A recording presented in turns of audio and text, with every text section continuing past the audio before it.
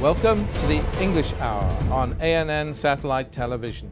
Our guest today is Yousif Al-Khoei. Yousif has worked and lived in the West for the past 40 years, and for the last 22 years he's been working on Muslim community relations, both interfaith and intrafaith. He's Director of Public Affairs for the Al-Khoei Foundation, an organization that has offices in places as disparate as France, New York, Pakistan and Thailand.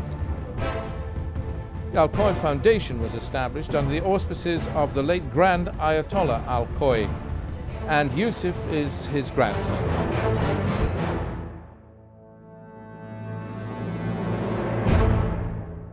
Yousif, thank you so much for joining us. It's an honor to have you with us today. My pleasure. Well, bless you. I'm quite excited about this discussion because I would like myself to understand a little more about Shiite Islam and where you as a Shiite are coming from in your religious beliefs, in terms of your religious beliefs, and then set that in the context of the Middle East today and in Britain today. But tell me, I mean, it may sound a very naive question, but what distinguishes a Shiite from a Sunni in Islam?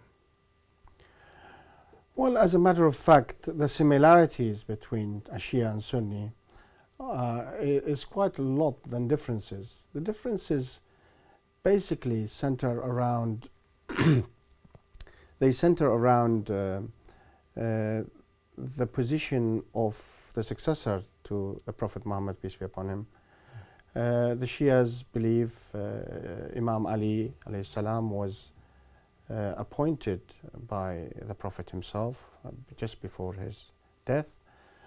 But the Sunnis believe that there was no such appointment, and Abu Bakr, the first Caliph, was selected by a group of Muslims. And that's pretty much all it is? I mean, it's that simple? Well, then it develops into historical and political differences. You have also differences in the institutions. The Shia institutions have historically tended to be centered around people not linked with governments, and the mass of Shia faithful funded these religious institutions, whereas the development in Sunni Islam tended to be in conjunction with scholars or clerics being part of the government establishment until fairly recently.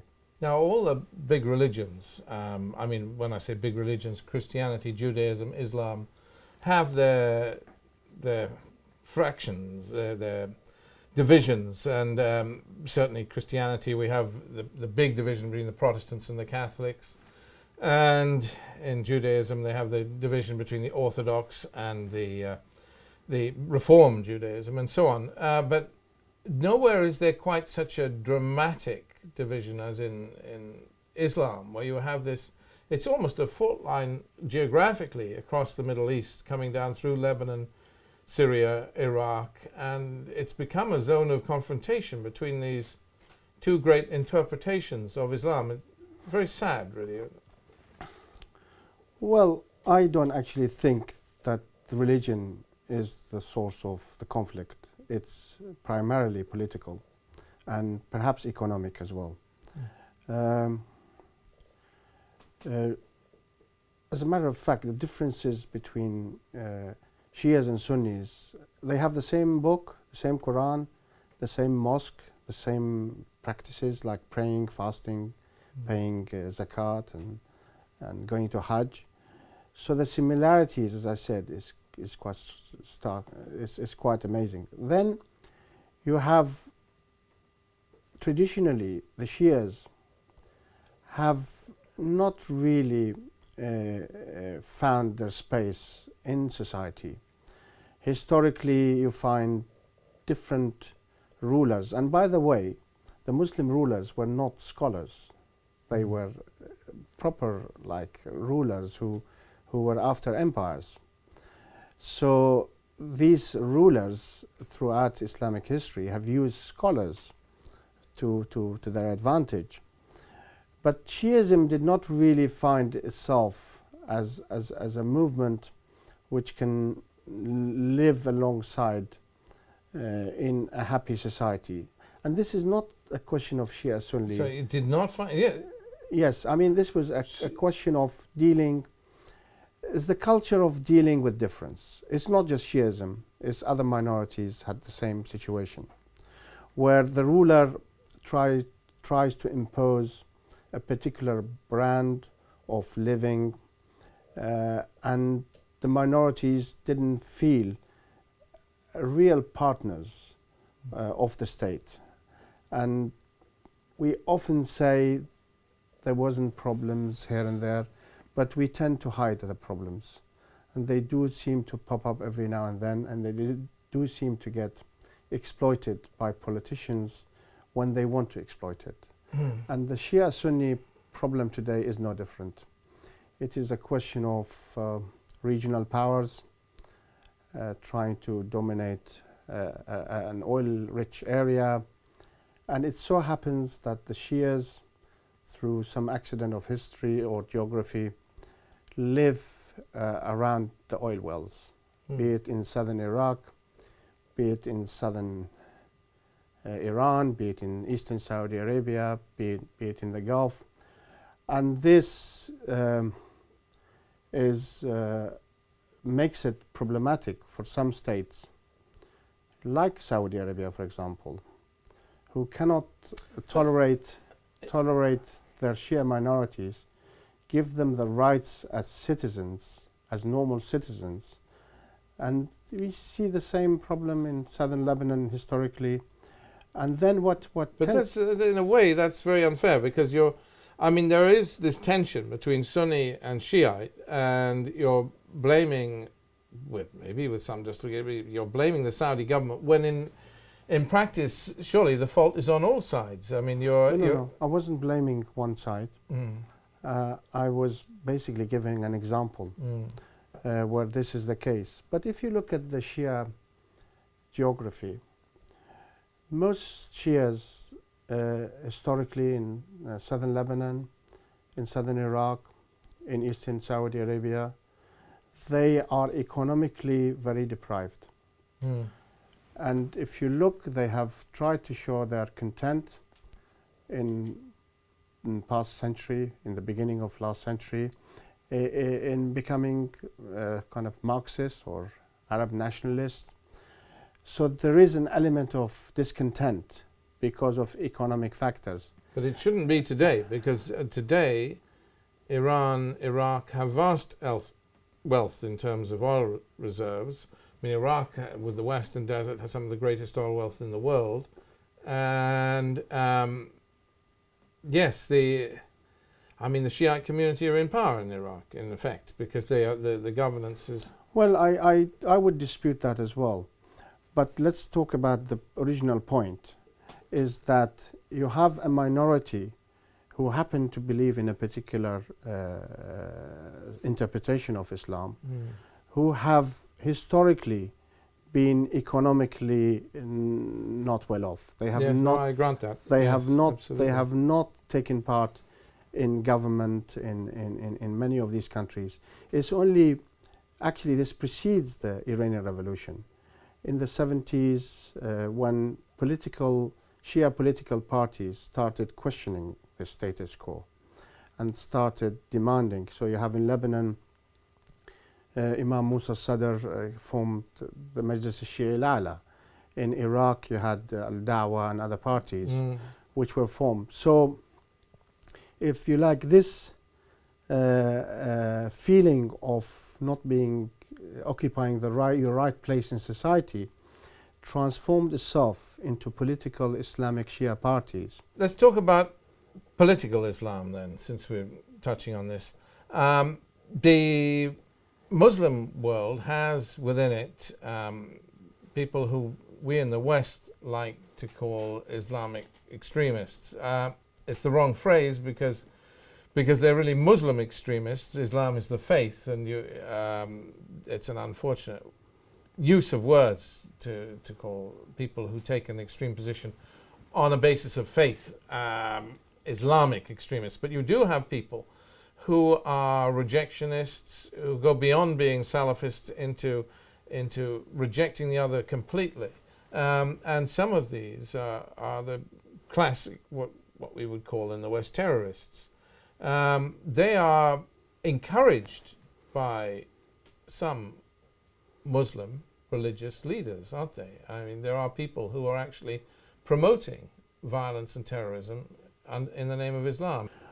Well, the real problem, to be honest, has been, there has always been throughout Islamic history some people who had this extreme view of religion, but they were by and large marginal in all Muslim societies.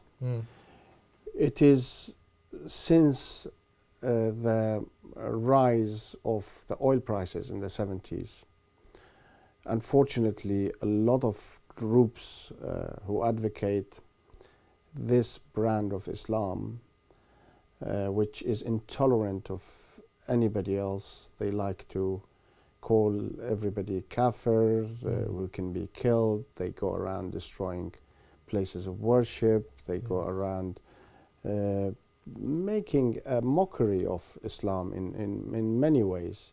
These people have had access to lots of financial support, plus I would say political support.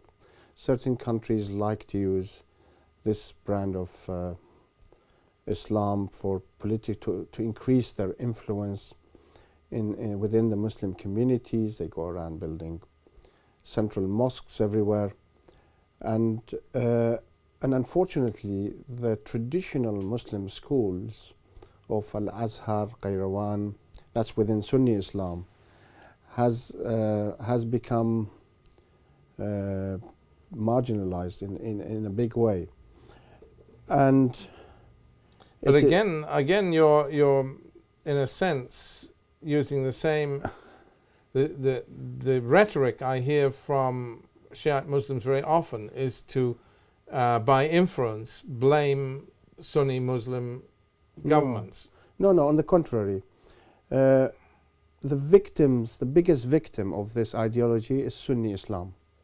Is actually not Shia Islam, because Shia Islam is pretty confident of itself. It's the Sunni Islam which has become marginalized by these groups. The same way these groups will go around destroying Shia places of worship, they go around destroying Sufi places of worship. So they have the same contempt for Sunni Muslims. They in Somalia, in Nigeria, in Egypt, in Libya. So we're talking about an ideology which is, in my view, is quite disconnected from mainstream Islam. The sort of what we would call the Takfiris ideology. Yeah, and they are doing more harm to Sunni Islam than to Shia Islam. So the media likes to think of it in sectarian terms, but the reality is some of this ideology is pretty dangerous, and if it was not sort of covering itself in terms of religion, it would have been banned internationally long ago. And yet there are also, because you come across them, although they would not call themselves Takfiri and Shiite Islam, but you do get people who are, I've certainly heard some of the teachings of, I can think of one Iranian Ayatollah in particular, that are quite rejectionist of the other, that quite hate-filled and so forth. So it's not a uniquely Sunni feature. It's well, you can't even begin to compare the two. First of all, as a minority, minorities have no interest in trying to preach hate of the other, because they will be the losers.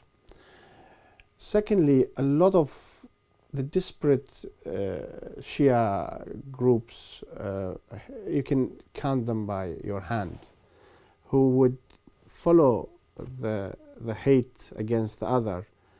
They are mainly, in my view, a reaction rather than an action. Plus, they do not actually call for the killing of anybody. They just speak in a derogatory manner about sorry. Don't you think? I mean, you look at the mosques in Tehran. You might. I mean, death to Israel, death to USA is a regular Friday chant, and you may say, oh, that's just a gesture, but it's symptomatic of, it's an expression of hatred that goes beyond. Yeah, but I wasn't aware that Israel and USA were Sunni entities. No, all right, but I'm saying there is this aggressive. Yes, this aggressive yes, approach yes. to the other is not unique to Yes, but you have to one branch of Islam. Yeah, but as much as I disagree with that kind of language, but they are not targeting religion. They are making political statements. And that is, as we all know, as a result of recent elections in Iran, is not a phenomena which is on the rise, unlike the Takfiris. Mm-hmm. So I don't think you can even start comparing the two. It's like comparing apples with oranges. To be honest, I mean, if on the contrary, I think Iran is using that language to attract more of the Sunni world. So that language is not sectarian. It's a political language, which, as I said, is not something that many people would want to continue with. But it is nonetheless, it's that element of hatred is there, which underlies. I mean, I'm not saying we don't get me wrong. We in the West have even worse faults. We've seen pastors in America trying to burn the Quran, and I mean, some of the behavior has been disgraceful in the West. So we're no example to anyone. I keep saying that. Well, even that, I mean, a lot of people say the West is this. I mean, having lived in the West, I would say the average Westerner is very respectful of my faith. I can actually follow my faith and my religion much better than I can do in many Muslim countries. But it's this media hypes which gives you the impression that everybody is against everybody. If one pastor here and there says something, I would ignore it. They are irrelevant. They are insignificant. In the same way, we see today the Shia Sunni. There is only one or two people can bring in to tell me from the Shia world that they are abusive of the Sunnis. They don't even call for the killing of the Sunnis, but they are abusive in the way they present themselves. Then these two individuals who don't represent anybody, they just represent themselves. They are generally an internet entity. They're not in the public domain. They're not main faith leaders, but they get presented to big audiences in Indonesia, in Malaysia. Oh, look, this is Islam. This is Shia Islam. And then they actually whip the sectarian thing against Shias in a very unfair manner. We do have so many faith leaders. We have Ayatollah Sistani in Najaf, who has always said, the Sunnis are our brothers, the Sunnis are part of us. We don't want any conflict. We don't even want political conflicts. You should behave in a civil manner. We should have civil society. These are the core leadership of the Shia world. And yet nobody seems to sort of want to highlight this. It's all about somebody says death to this, somebody says death to that. But we have to understand that the bulk of the Muslim Shia populace is not involved in any form of or shape, in any kind of promoting any hate against the Sunnis or any kind of violence. Whereas you see on a daily basis suicide killers killing Shias in Iraq. We have killing of Shias in Pakistan. We have killing of Shias in many parts of the world. We have in Malaysia, Shia Islam has been called devious, has been banned from people cannot practice. We have a convention in Malaysia recently. So this whipping up of anti-Shia hate is happening on a global scale, and you can't even begin to compare but you that. wouldn't say that Shiite Islam is provoking this. But Yusuf, political Islam on the Shiite side can be very aggressive. You hear statements promoting, for instance, the downfall of the government in Bahrain, or you hear statements suggesting greater Shiite hegemony in Iraq. The whole approach to the Syrian war, sometimes to Hezbollah, you get this enormous rhetoric of expansionism from Shiite Islam that is threatening to Sunni Islam, that makes people feel frightened of Shiite Islam, and therefore in their nervousness they react against it, surely. I mean, not you personally, but Shiite Islam is part of the problem. It's not just that the other is victimizing is Shiites. Well, I suppose you could say that part of the problem is that in the past, Shia Islam did not really seek any form of power, and now since the Iranian Revolution, that some Shia communities are asserting their identity and they are also not only asserting their identity, also you have many Shia movements which, in the absence of any kind of resistance against tyranny and injustice, they are calling for some kind of equality and equity that is seen to be aggressive. I mean, what is so aggressive about the people of Bahrain wanting to be equal citizens? Yeah, but they wanting to be, and if one or two young people say we want the monarchy to fall, then you can't use that as a pretext. But it's not young people from Bahrain. It's young people. It is. You are getting spokesmen from Tehran saying. Like this. Who? Like you've had Iranian politicians coming out with statements about the calling for the downfall of the monarchy in Bahrain.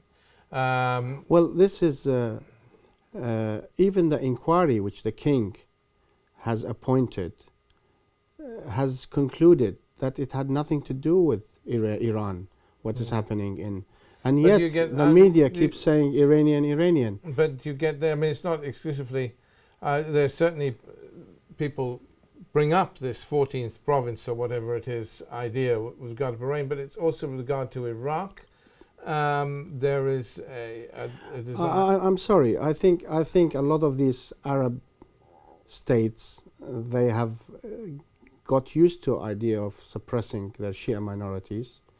Now the Shia minorities, as a result of globalization, as a result of maybe the Iranian Revolution, are simply asking for their rights to be respected. The Shias of Iraq are not asking for power to be exclusively theirs. They simply want to share power with the Sunnis. The psychological barrier of many of these rulers, that they have been the traditional rulers of Iraq or Bahrain, and that cannot change.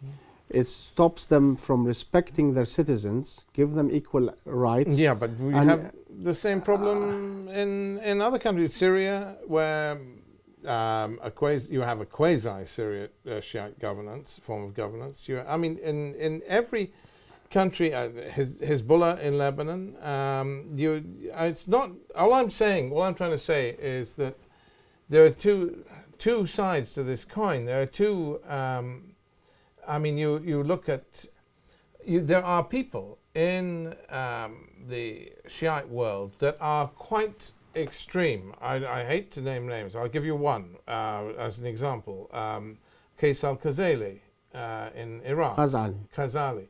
You know, you're not, and they have some political following. Well, Qais al-Khazali happens to be one of the people accused of killing my uncle. So if they are extreme, not because they are sectarian, because they are violent people, and you find them everywhere. But Qais al-Khazali doesn't represent anybody. Who represents the Shias of Iraq is the likes of Ayatollah Sistani, who has said constantly that I am not interested in putting the faith as a front for political problems. He's shown all the sympathy for Syrians and Syrian people who've come refugees to Iraq and everything else. Now, why does the media want to pick on somebody who has a track record of being violent and make him the representative of the faith? The fact remains, the majority of the Shia masses, be it in Bahrain, be it in Saudi Arabia, be it in Iraq, they just want to live as normal citizens. Okay, some politicians may manipulate that situation, but by and large, there is, within the Shia establishment, within the religious scholarship in Najaf, you do not have that aggression. On the contrary, you find the hands of friendship, brotherhood extended to all groups. We ourselves send scholars, Sunni, Christian, and others to visit the shrines. They meet people, they have discussions. It's all very civilized.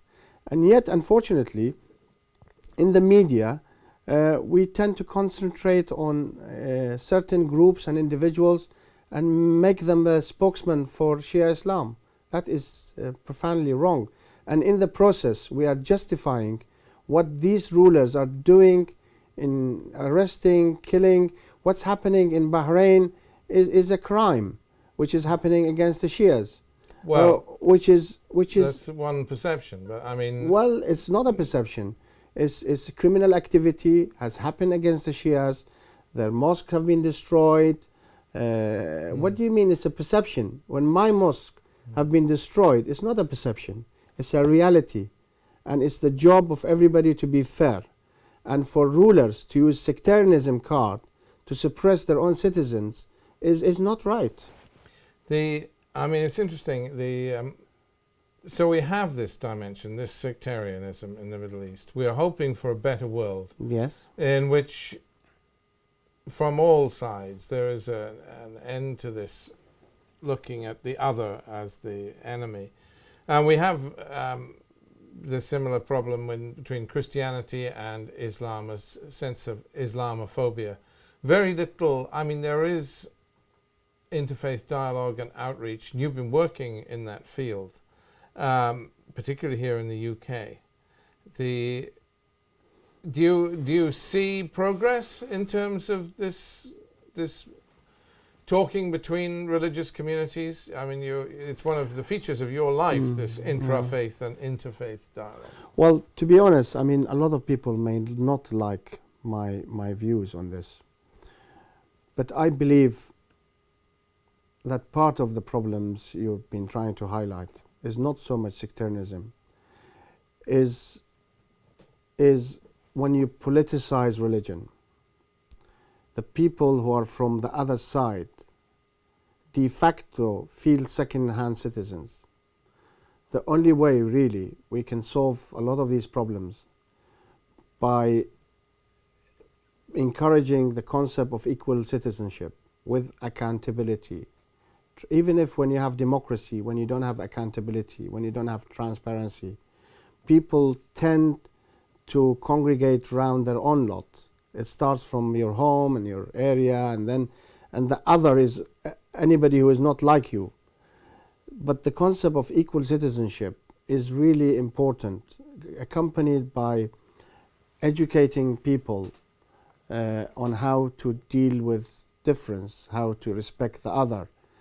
And you add to that the concept is that religion should occupy your private space.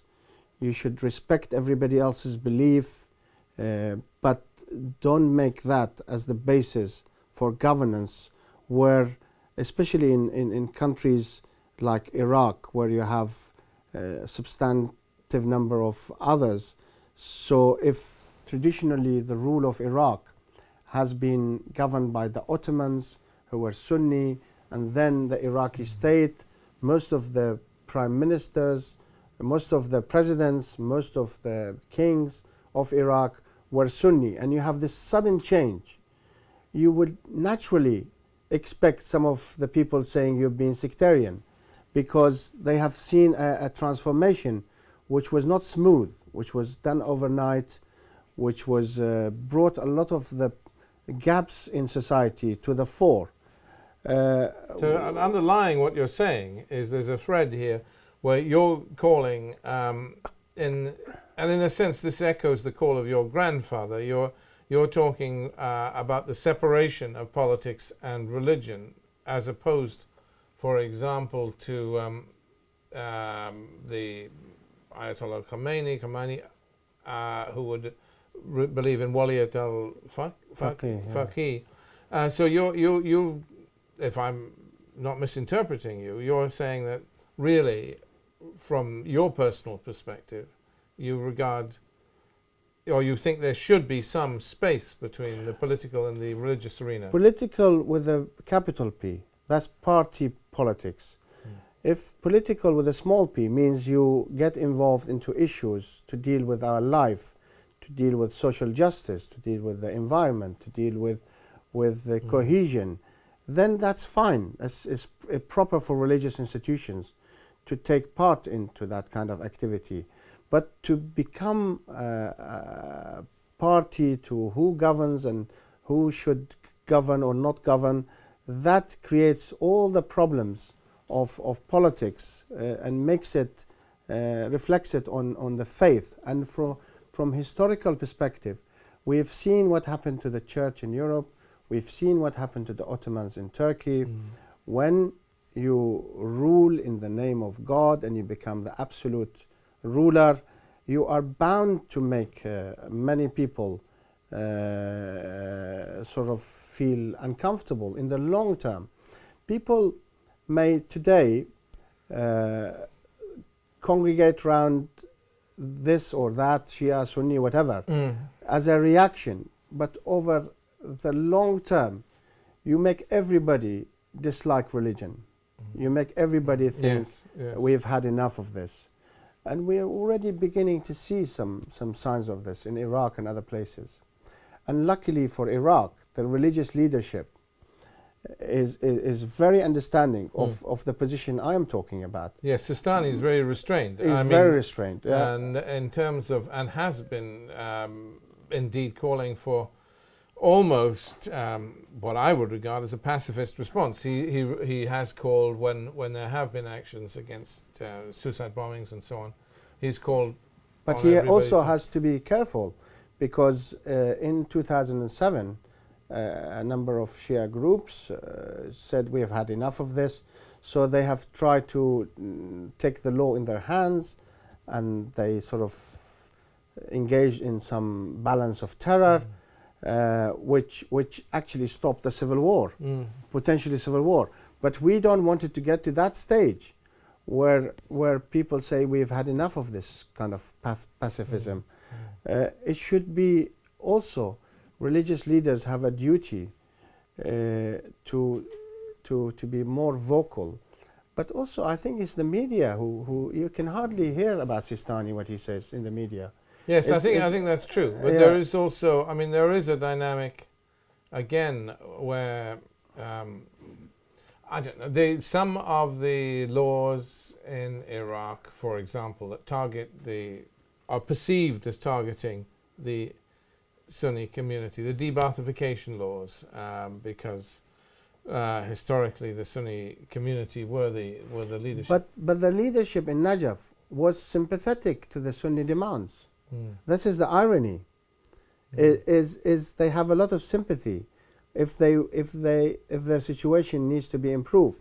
But I think the biggest problem in Iraq is psychological.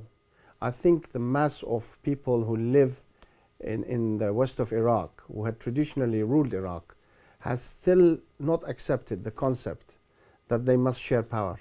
They do fear, that may be true, but they also do get bullied now, and they're not used to it. But there is not the.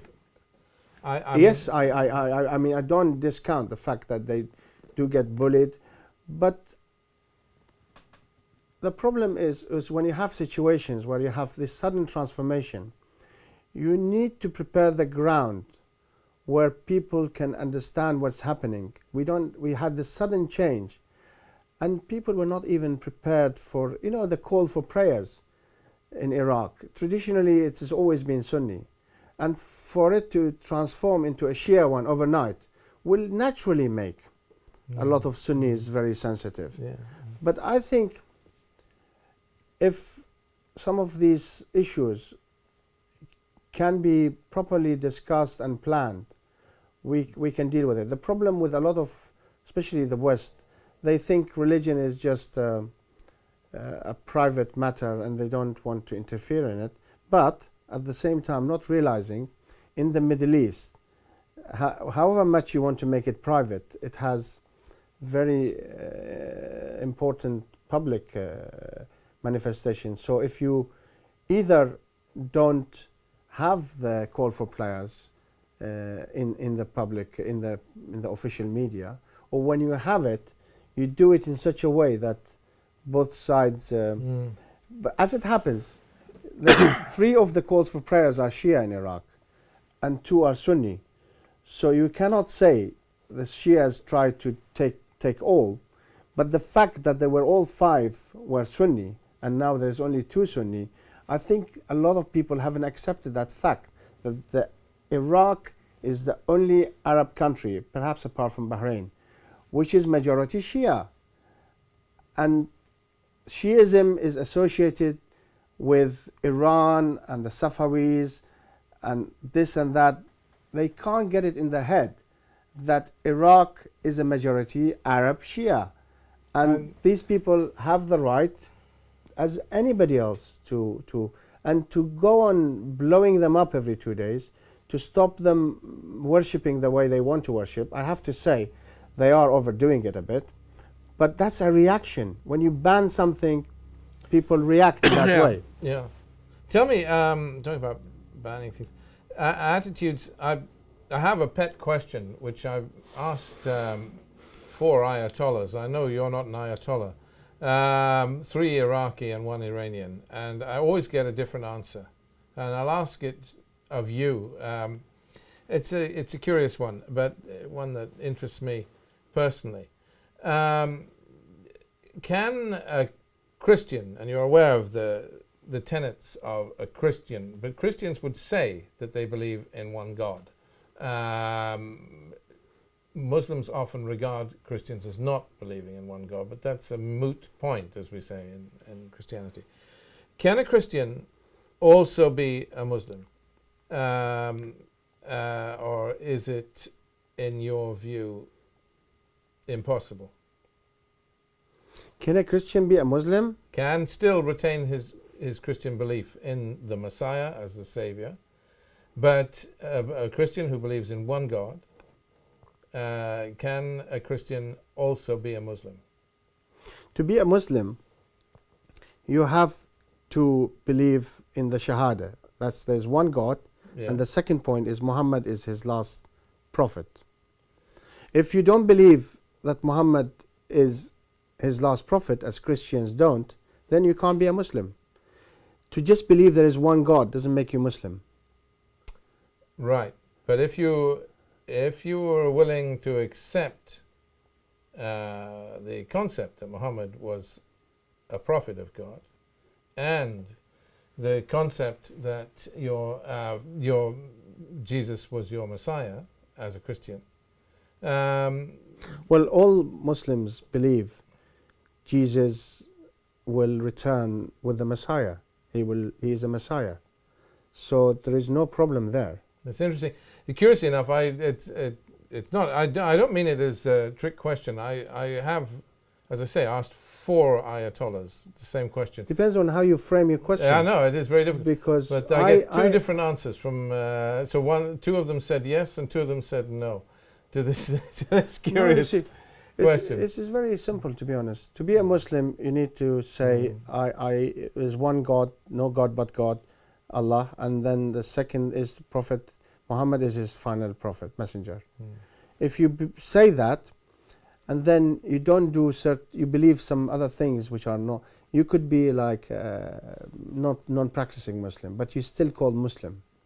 It's interesting because the Prophet Muhammad Yeah. said a Muslim is anybody from whose lips and hands the world is safe.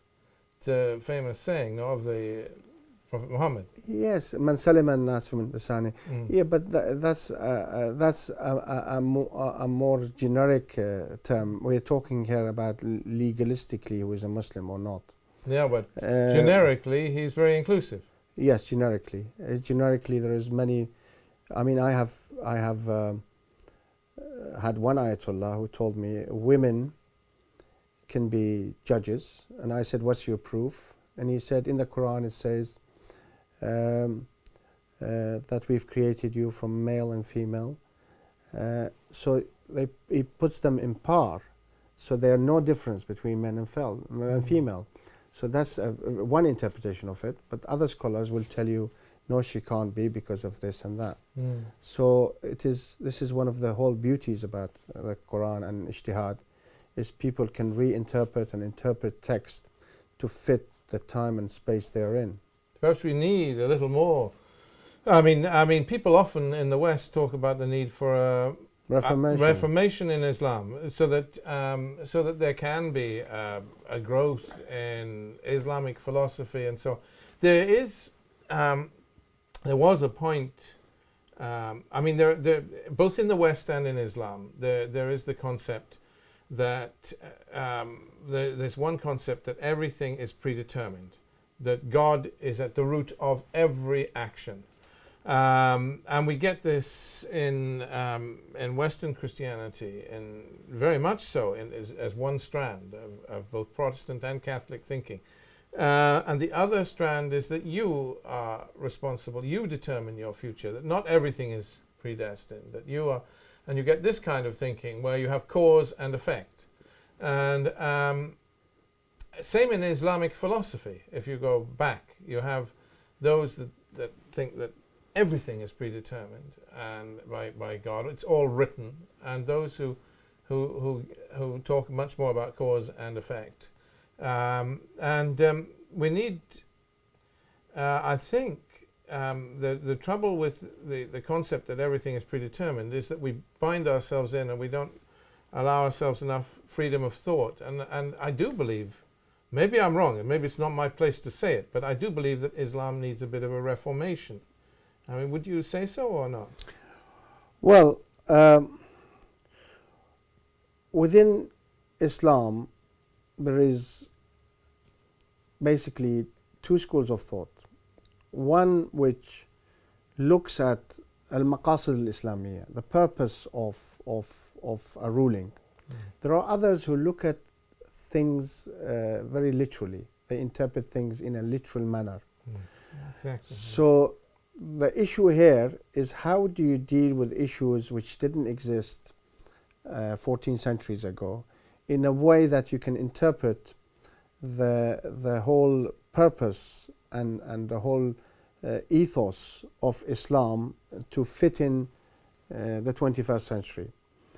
And as you know, within Shia Islam, there are mujtahids who interpret and reinterpret, and they have to be living creatures. That can work in many cases, but that doesn't necessarily mean that every interpretation is not a literalistic interpretation. On the other hand, on your question of predetermined or fatalistic, being fatalistic, I mean, there's a bit of both, to be honest. I mean, I don't have a choice which family I was born in. It was determined for me. I came out in this family, but then God has given me brain and eyes. I can decide on the things I want to do, so I can determine certain things and I can't determine certain others. But on the whole, many Muslims would say that everything happens with the will of God. This is why the term inshallah is often used within. I mean, that can be a sign that can be used in a positive way, that you have a power from God to help you out in doing what you want to do. But unfortunately, sometimes is when people want not to do things, they use that term, inshallah, to blame God for it. So it is, at the end of the day, is about educating the masses and making sure that their level of thinking is based on more rational manners. But the leadership needs to have the level of thinking. I mean, well, one of the sad ironies, the leadership of many Muslim countries are linked to governments. They still have not become part of civil society, if you like. And the ones who do become part of civil society, they end up again being used. It's a little bit like many intellectuals in the Arab world. Believe it or not, many of the people who speak about, you switch on between certain Arab channels, you can see sectarianism very rife. And many of the guys who run these channels are actually very secular, intellectual, but they become embroiled in the political, and they get paid by certain governments. So the independence of free-thinking people, intellectuals, to have their mark on society is very limited. That's pretty sad. I mean, I never forget the day that Saddam Hussein bombed the Kurds. There were not many protests from secular, intelligent, intellectual people in the Arab world. Nor in the West. If you're going back to that point. Yes, there was nor in the West. Yeah. But you know, the West is known to have double standards. Well, no. So Yes. what about all these people who Yes. talk about social justice and all that? Why do they not say anything when they see something wrong? But I have to tell you, among the young generations, there is quite a bit of a change. I attended recently a conference on Bahrain. Most of the young people were from the Gulf. I honestly did not detect any sectarianism in the way they were. They were, and that's a positive thing, is the younger generation is doing away with. I noticed this actually, it's very interesting you say that. I noticed it in Iraq. I was in Iraq recently for the elections, and indeed was in Iraq in 2010 for the elections. This time I didn't have the chance to spend as much time at the universities as I did in 2010. But in 2010, I was going around with friends, going around universities like Mustansiriya or Babel University or whatever, various universities in Iraq, speaking to young people, and I was staggered by the free-thinking approach of the young in Iraq, where you would, and Mustansiriya, for example, is a predominantly Shiite university, and by and large, even then, the students were predominantly Shiite. Yet many of them were saying, "Well, I'm going to vote for Mithal Alusi. I'm going to vote for," you know. I mean, they were voting for politicians across the board. There was no. No. I mean, we are working sectarianism as at all. Al-Khoei Foundation, as a religious organization. Yeah. We are now working with people inside Iraq, and we formed a body called National Interfaith Center, who would speak out in defense of minorities, in Christians, Sunnis, Sabians. Now, this was unthinkable only 10 years ago, that people who are young, who are quite secular, would work with religious institutions to speak about something which everybody should care about. So there is an accommodation of increasing accommodation of these young people, and they don't necessarily have to be secular to be objective, but you do have a good. I mean, one of the positive things about Iraq, despite all the ills, is everybody is realizing politics is about power. It's not about ethics or values like religion is. So you see everybody who is against everybody, who had wars with everybody, are now making alliances to see who can be in power. And it's a pity that, unfortunately, that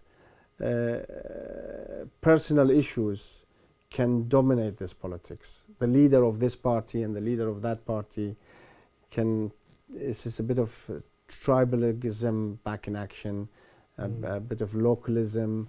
That's true of politics everywhere. We have that. Sectarianism. Yes. And I think over time you will have people realizing the only way they can really prosper is for everybody to in a way, learn from the experience of other nations. We have seen, I mean, the closest link we have to the Middle East is Latin America. And Latin America... In the Al-Khoei Foundation? No, in the Muslim world. The Latin American societies, very close to the Catholic societies. I see. They have many of... And you see there was some kind of understanding between the Catholic Church and the scholars, in secular scholars, where they found solutions to the ills of their problems without necessarily copying the Western model. They've created their own models. So we hope that some of these young people will do the same, is have better interaction, and the role of religion should not be so either in control or completely out of everything. No. We should find some accommodation between our young people and faith leaders who should find solutions to our society. Social media has helped the young, I mean, change, blogging, the internet and so on. It has helped, but at the same time, the social media has been a free ride for the extremists. Yeah, it's both, isn't it's it? both ways. Yes, it cuts both ways. It cuts both ways. The number of, we have a research group which monitors some of this. The number of extremists who become extremists through the social media is quite staggering. You have preachers of hate who would go on Twitter or YouTube, and you find millions of hits, and that is quite frightening. They have a free media which advocates hate, and it's completely not regulated at all. But you can't regulate it, can you? That's in the very nature of the... You can. I mean, you have satellite stations who beam in hate day in, day out. Oh, that's, yes, but that's not social media, that's television. Look, in the same way, you can you can regulate... yeah, you can regulate You that. can regulate about child pornography. You can regulate about hatred, yes. Yes. I mean, you would regulate about racism. Why wouldn't you regulate about people who constantly spread hate, albeit some of them are very clever. They know how to do it. They would say certain things which are legally correct, then they will say something else which links it to what they said earlier, which basically tells the people go and kill. Are you a conspiracy theorist, or do you think this is just an outcome of chaos and... I don't believe in too much conspiracy theory. It's an outcome of ignorance. I think a lot of this happens in other languages, in Urdu or Arabic, so people don't understand fully. It's an outcome of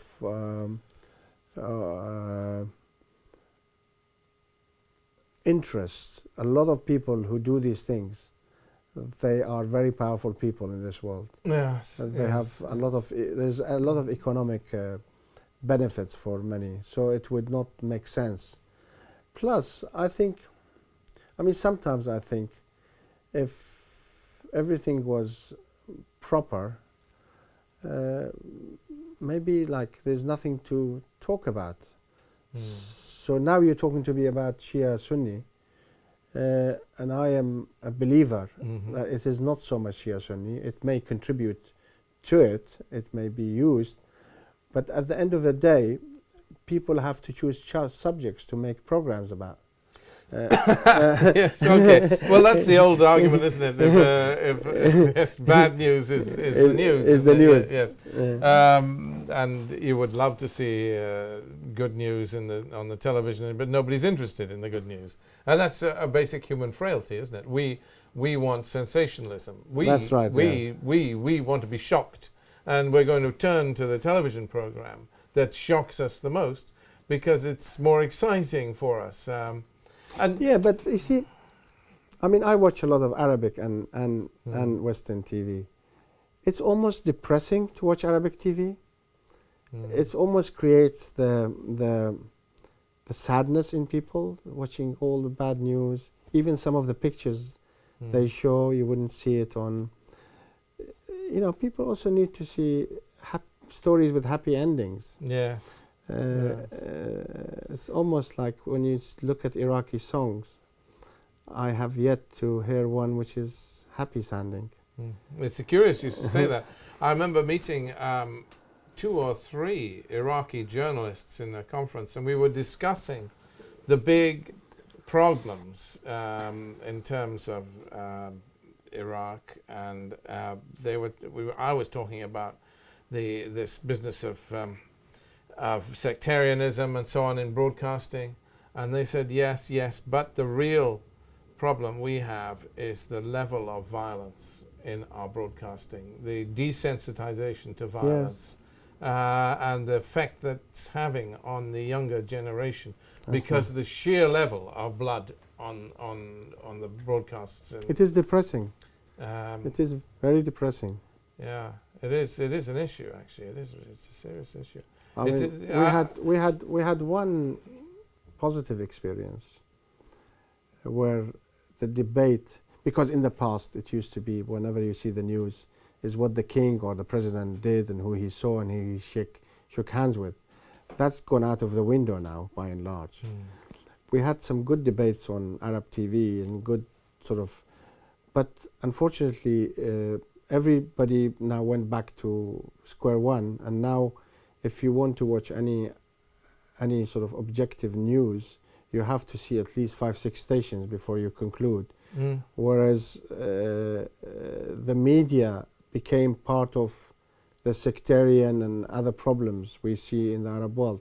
So certain governments used certain media outlets to propagate their strategic, what they see as their strategic objectives. And that I think is one of the saddest thing, is you don't have an Arabic channel which you could just, like the BBC, even the BBC can be... No, it has an agenda sometimes. It can have an agenda, but it is, it's, everything is relative. But at least you can hear different sides of a particular story. Yeah, I agree that BBC, also the BBC, different languages have different agendas. Yes. Depends who works for which language. Yes, yes, exactly. I mean, we are all humans. We all have our biases. Yeah, I'm afraid so. And I think, but the big underlying problem, I suppose, is the divide. I mean, if there's an opposite to peace and harmony, it is chaos, isn't it? I mean, and we live in a world that has become too chaotic. What is your hope for the future? I mean, just a final thought, Yousif, something for us, a positive thought to end on. I have a lot of hope for the future. I think if the people, the Arabic and Muslim countries, the young people are given chance, they will excel like anybody else. And I think dictatorships and absolute rule cannot last for too long. I think it took the West 200-300 years before they found the right formula. I think it will take the Muslim countries a lot less. And you believe in democracy, essentially, is what you're saying? Democracy with accountability, transparency, and the rule of law. If people don't respect law and democratic, they could cause problems. Wow, bless you, Yousif. Thank you very much for being our guest on ANN television. Thank you. Bless you. Thank you, my pleasure.